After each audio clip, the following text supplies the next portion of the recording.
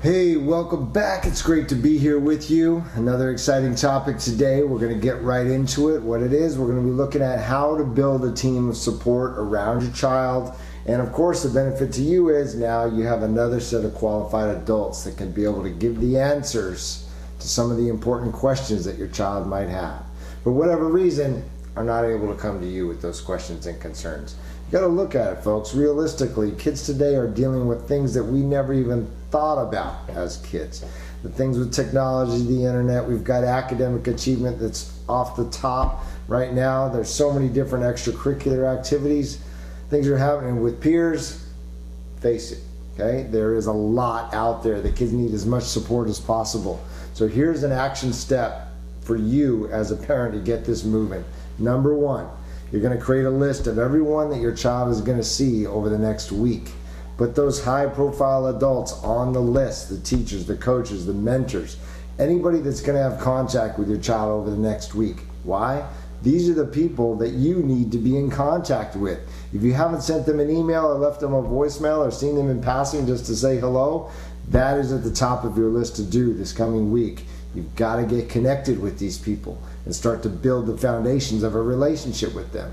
You look at the hours in a day, I spend maybe 30 to 45, maybe even an hour if I'm lucky in the morning with my kids. The opposite end of the day, 3 hours, 4 hours tops. Okay? That's 3 to 5 hours maybe during any particular day that I'm going to see my kids. All those other hours that they're awake, they're with somebody else. I got to know who those people are, number one. Number two, I got to feel like there's a relationship there. So the first step, make a list. Step number two, make contact.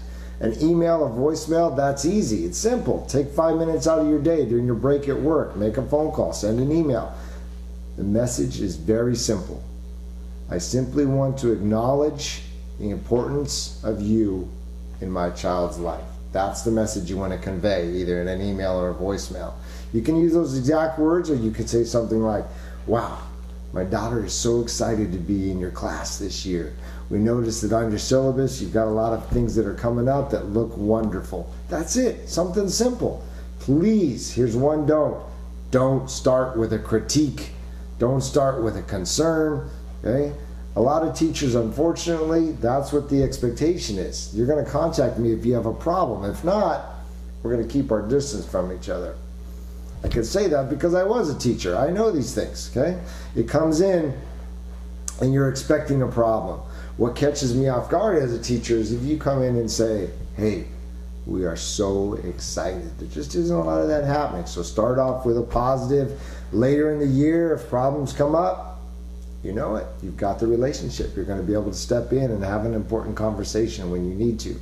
So step number two there is you've got to start to build the relationship. Step number three, and the final step, maintain the relationship. It's not enough to send an email at the beginning of the school year and hope that everything's going to be fine for the rest of the year. Logically, we've got to maintain that just as you would any other friendship. Every 3 to 4 weeks, send the email, leave the voicemail, stop by, say hello. You're just reinforcing the fact that you really appreciate the role that these folks are going to play in your child's life over the next couple of years. So we're setting the stage for that parent-teacher conference, which is also important. Make sure that you take time to get off of the academic grading, which is important, but shift the focus of that conversation over to, what have you learned about my child? And here are some real concerns or questions I have that I would love to have your input on. Okay? That works to build the relationship. So we've got 3 action steps. You've got to build that team. You've got to maintain it over time. Of course, the benefit to your child, they feel like they're more supported, especially when they have challenges and concerns that they may not be able to come to you with. Okay? That is the most important thing. They've got to feel as though they have the confidence to take on challenge by being supported by a group of important people in their lives. That's it. That's all I got for today. Tomorrow we're going to revisit organization one last time, part 3 of the series. We're going to look at actually getting things done. Right? So how often have you sat down and been frustrated that your child isn't able to take what's on the homework list and transfer it into finished homework? Get started on that long-term project and actually make forward movement on it. Study for the test that you know that's coming up for tomorrow. Get it over here. Go from intention to action. So that's the focus of our 3rd and final series on organization. That's tomorrow. Wonderful to be here with you. Have a great Wednesday. Take care.